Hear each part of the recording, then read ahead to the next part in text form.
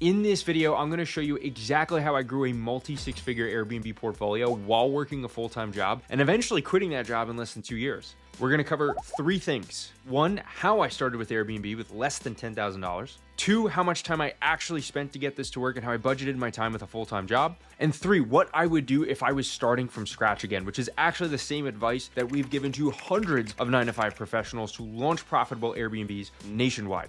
Let's dive in. Okay, so first, how did I start with Airbnb? How did I do this with little cash? What methods did I use? So I used a vehicle known as Airbnb arbitrage. Okay, so this is not a new concept at all. The idea of rental arbitrage has been around for some time. So this is a concept where what we're going to do is instead of purchasing a property, we're going to rent a property and then we're going to furnish the property, list it as an Airbnb, and then collect the difference. Now, why did I do this? Why did I like this model? Just a little bit of background context. I originally wanted to get into real estate investing and become this big real estate investor. And I actually did buy my first rental property after saving up $50,000, $60,000. And I put that $50,000, $60,000 into a duplex where I did a house hack. This is where you buy your first investment property and you live in one unit and you rent out the other. And this was a great investment, but it depleted all of my capital. It did not cash flow a lot. And I actually ended up having a nightmare property that had a ton of issues. Now, this video is not about that, but like what ended up happening was I spent all of my available cash for a property that was not netting me that much, and it didn't make any sort of impact on my lifestyle. And what I wanted was to create a high cash flowing vehicle that would give me back my time and ultimately create that sense of financial freedom where I would have more autonomy. I could leave my full-time job. I can construct my days. I can pursue business ventures that I really wanted to pursue. So I realized that buying traditional real estate was not going to provide that to me because it would take me years before generating another 50, 60K to drop into another property, only to really make peanuts in cash flow. So I do believe in real estate investing. It's just that if your goal is freedom and autonomy, it's just not the fast way to do it. Now, this is why arbitrage was so appealing to me, because here's the math behind how it works. If I rent a property for, let's say, $2,000, and then it generates $5,000 per month or more. I've got expenses, I've got cleaning, utilities, let's say that's another $1,000. At the end of the month, I'm left with a $2,000 per month cash flow. Now, here's the crazy thing, is I don't need to buy a property to do this. So I don't need that 50, 60K. All I need is some capital for a security deposit to get into the property. And this is really great because this means that I don't need a lot of upfront cash in order to do it. So then the next thing we need to solve is, okay, how do we furnish these Airbnbs? And that's very simple. What I did is I created an LLC. I went to the bank, I applied for a business credit card, and the bank actually incentivizes you to do this by giving you 0% interest on these credit cards. Now, in the grand scheme of things with arbitrage, here's what this means. This means that I can grow this portfolio so long as I have available business credit to furnish the properties, and I have a few $1,000s in cash to just pay for my next security deposits. But then the cooler thing is if I just give this thing a few months, if I land a couple of properties up front and give myself a little bit of runway, then what I can do is now start to take all that cash flow that I'm generating from my Airbnbs and funnel that back into the next project, meaning I really only needed cash for that first property. So that's exactly what we did. Just a side note, I had done all of this with my business partner, Adam, who I referenced so many times on this channel. So this was a team effort, but you can absolutely do this by yourself. Now, at a 30,000 foot view, all we did was that, and then we repeated it as many times as humanly possible. And by the end of the first year of doing the arbitrage process, which I'll talk about a little bit more about how we budgeted our time, we actually had 21 properties live in just 12 months. So by the end of year one, we had generated over $500,000, and we actually hit our first $1 million run rate. We hit our first, I think it was $82,000 month that we collected in revenue. And then by year two, we really catapulted this business to new heights. We had arbitraged multiple apartments in big apartment complexes and high rises. We now generate just shy of $2 million, and it's really only been like 2.5 years at this point. But you've got to walk before you can run, before you can get into those types of deals. My point is that arbitrage allows you the capability to leverage other properties without having to buy anything. And this is really great if you're pressed for time and you're pressed for money. Now let's talk the pros and cons of arbitrage because this gets discussed a lot. So the one thing I want to highlight is this business can be automated. And this was another reason I found this very appealing, is Airbnb is very much a business model and not just an investment vehicle. And the cool thing about a business model is you can hire people and plug in tools to do a lot of these day-to-day tasks. So for example, we knew that once we get the properties up and running, we could plug in software tools and virtual assistants. Like, these are real people overseas that can handle a lot of the guest messaging, coordinate coordinating with our cleaners. We can plug in our cleaning team with some softwares and tools. We can get some price automation tools. It's really, really neat when you actually get on the other side of this thing, because there's a lot of tools nowadays, since Airbnb is such a massive business model, that you can use to actually take yourself out of the day-to-day. Now, I'm not gonna sit here and lie and say that it's 100% passive, but you can genuinely get this thing to the point where you're only spending a couple hours a week managing the actual operations, which is just like unheard of in most business models. The other reason I chose this is I just think it's more fun than regular real estate investing. If you buy a traditional real estate investment property and you buy the property, you find a tenant, you get someone in there, maybe you hire a property manager, that's it. It's just long, boring, kind of like a long-term game. And again, there's nothing wrong with that. At the same time, I'd watch all those, flipping real estate shows, and I listened to a lot of real estate investing podcasts and when I was younger, and I was just like, dude, I want to do something that's a little bit more cool. I want to do a little bit more of that project management, do something more fun, more exciting, that emphasizes the creative brain. So that's another reason why arbitrage was really appealing to me, is because when you actually sign a lease and you go out to launch a property, you get to actually build out like the interior design. You get to hire a team to put this stuff together. You get to loop in handymen for odd jobs here and there. And the thing is, it's not so big of a project to where it's risky and super stressful. These are way lower stress projects that don't involve all this crazy permitting and GCs and tearing down walls and all that stuff. It's really just like hiring a group of people to build furniture, move boxes, do interior design, which makes your life a lot easier. Now, and the final benefit of this is it's just low risk, low cost, low capital, and emphasizes higher cash flow, which in turn allows you to get your time back and then leverage that cash flow into putting into other projects. Now, the cons of arbitrage are really that you get no equity. Like, we're not buying a property, so you really don't own anything. And these are also shorter term relationships. Like, the leases that you'll sign with a landlord are anywhere from 1 to 3 or 4 years. But I would argue that if you end up getting a tremendous amount of cash flow, that does solve a lot of the other problems, which is I can just take that cash flow and put into other investments, more equity, and at least I have my time back at that point.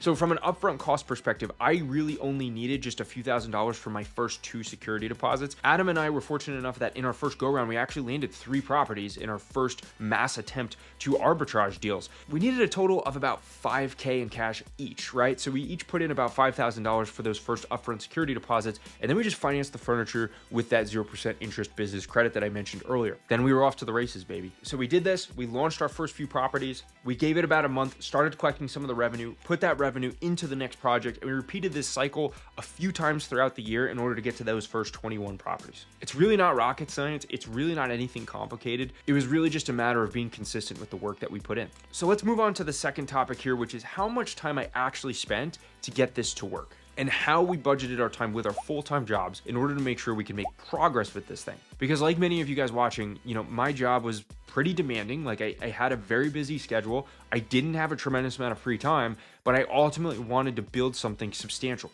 So in order for this to make sense, I'm gonna break this down into 2 phases. Phase 1 being actually landing the properties, and then phase 2 actually being the operations, actually building out the back end and the management of the day-to-day of the Airbnbs. So phase 1, landing properties, takes substantially more time than actually operating the business. So Adam and myself would spend about 1 to 2 hours per day analyzing deals and actually calling property owners. We would literally put in this time every day before and or after work or during lunch breaks and things. And what this looked like was us basically doing some market research on the target areas that we were going to target for arbitrage. But keep in mind, at the time when we were just getting going with this, we weren't experts. We were really just kind of winging it. We used some of the free software tools out there to just get a rough idea of what kind of numbers we would be expecting with Airbnbs. So if I were to lay this out in a calendar for you, it's like Monday to Friday. We met up at a library for about 1 to 2 hours. We would go on rental platforms with 4 rent by owner listings, and we would literally just go down the list, sending out messages to landlords,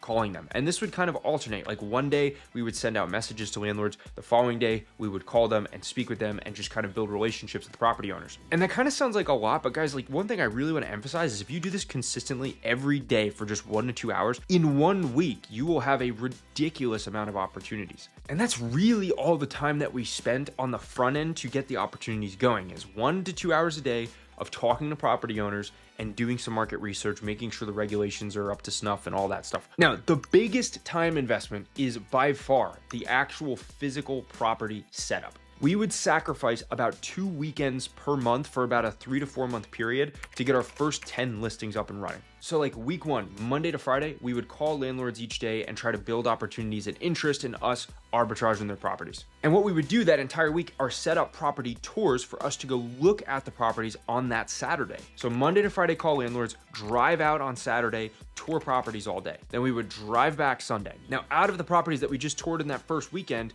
we would then sign leases, close deals, and then aim to start setting them up the following weekend or the weekend after. So we would drive back out, spend the entire weekend on week 2, week 3, and actually orchestrate the Airbnb setup. The cool thing is if it's a standard like 2 to 4 bedroom house, you can completely set up an Airbnb and furnish it within a weekend. Now, I want to emphasize, we sacrificed many weekends in order to get this done and actually get this 20 unit portfolio up and running by the end of the year. But I would argue if that one weekend that you sacrificed nets you $2,000 per month in cash flow, it's well worth it, in my opinion. The other benefit to this is if you do all of that heavy lifting and that upfront work once, you don't have to do it again, at least for that particular property. You do have to do it again if you want to continue to grow the portfolio, but once you get it set up, you no longer have to visit the property. So a big bulk of the work is upfront and not down the line. So in total, I would summarize it like this. We would spend 1 to 2 hours a day for about 2 weeks per month, and we would sacrifice 2 weekends per month.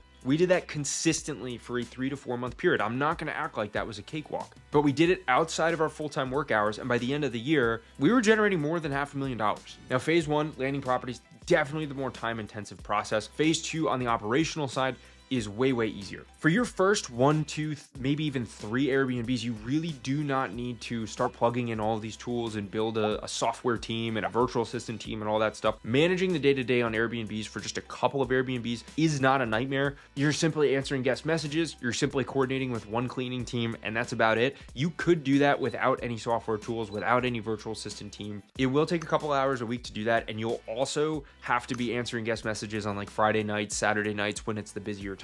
So if you hypothetically just landed 3 properties and you stopped there, you could manage the portfolio off of just a couple hours a week with the minor inconvenience of occasionally having to answer messages on Friday nights, Saturday nights. Now, my suggestion would be to grow the portfolio to the point where you really do want to get the substantial cash flow that you want, and then implement all the right software tools and then hire a virtual assistant. This will make your life 10 times easier, and you will still only spend 1 to 2 hours a week on this, even if you have 5 to 10 properties. Okay, Vince, what tools are we talking about? I'm gonna highlight a few that I really like personally, but everyone has a different opinion on which ones are best. Primarily what we implemented and what I would recommend for everyone are a channel management software. So this would be one like Hospitable, Hostaway, or Guesty. What this does, it allows you to pull all of your Airbnb listings into one software that basically synchronizes any other tools that you integrate. Also has some guest messaging automation features too, which are pretty cool. And then down the line, as you start to implement like smart locks and things like that for your guests, all of these softwares will basically work in tandem with that and automatically send updated codes to your guests and whatnot. So one of these is pretty essential as you start to grow. Another tool is a pricing tool. These are software tools that actually will automatically fluctuate the pricing of your units every single night of the year. So that way you stay booked during the slow seasons and you actually make more money on the higher seasons by capitalizing on that demand. The biggest one out there is Price Labs, and that is the one that we use as well. And then finally, when you're ready to hire a virtual assistant, this is a real person that will work for pennies on the dollar, that will actually handle the guest messaging and interaction for you. You can find them on a website like onlinejobs.ph. This is kind of like an Indeed, like a job searching platform for the Philippines instead of the United States. You can find lots of talent there as well. And then one more thing, obviously you're going to need a cleaner. That is probably the most integral part of the Airbnb business from a personnel standpoint. And there are many platforms out there for you to source them because Airbnb and short-term rentals are such a booming business now that they're pretty available everywhere. So I would recommend Turno, Turno. It used to be called Turnover B&B. And basically what you could do is post your property, your Airbnb listing on that platform and have cleaners bid on your property to potentially work for you. And what you can do is actually get multiple bids, multiple quotes from cleaners, choose the one that you like the best, and then the software will actually just automatically integrate with your Airbnbs, making your life 10 times easier. Okay, so let's go to the third thing here is what would I do if I was starting from scratch all over again? So look, the biggest piece of advice I can give on this is just like choose to do it and commit to doing it for 12 months at least. Where many 9-to-5ers go wrong in any of these online business models or anything is they go in with the mentality of A, it's a side hustle, and B, I'm just gonna kind of like dip my toes in. And I can tell you after experience of working with, I mean, literally hundreds of 9-to-5ers to do this specifically, if you come in with that mentality, you will not make it very far, because at the end of the day, if you're just going to give it a half-ass attempt to actually build something, it's just not going to work. The other thing, guys, is obviously this is not a get-rich-quick scheme. Yes, one property can cash flow you a decent amount of money, but at the end of the day, that first property is going to take work, and then to get more is going to take a lot more of that same work. So I like to tell everybody coming into this that you need to commit to this at least for 9 to 12 months, at least. You need to say on day one, I'm doing this for the entire year, and I'm going to be consistent with putting in my available time. You and I both know that your available time is going to fluctuate. This week, you might have 5 hours. Next week, you might have 10. The week after, you might have 20. And the week after that, you might have 0. The point is, the actual number of hours that you put in does not matter. It's about being consistent and putting in whatever available time you do have. You need to make the commitment to do that on this or whatever venture it is that you decide to do. You've got to just burn the boats, choose to do it, commit to it. Now, outside of the rah mindset stuff, what practical steps could I give you?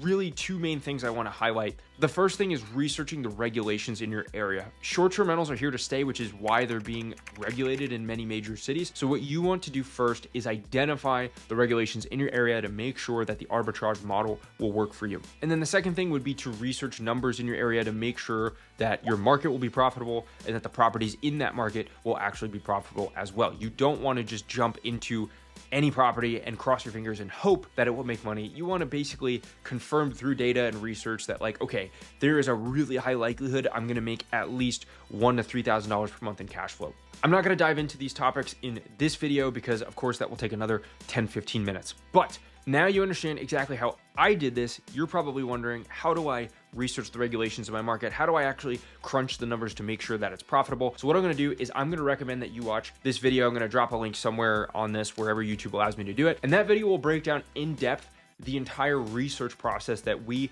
go through ourselves and we take each one of our mentees through before launching an Airbnb in their target market. So I would strongly recommend you watch that if you're looking to get started with Airbnb in 2025, 2026 using the latest methods.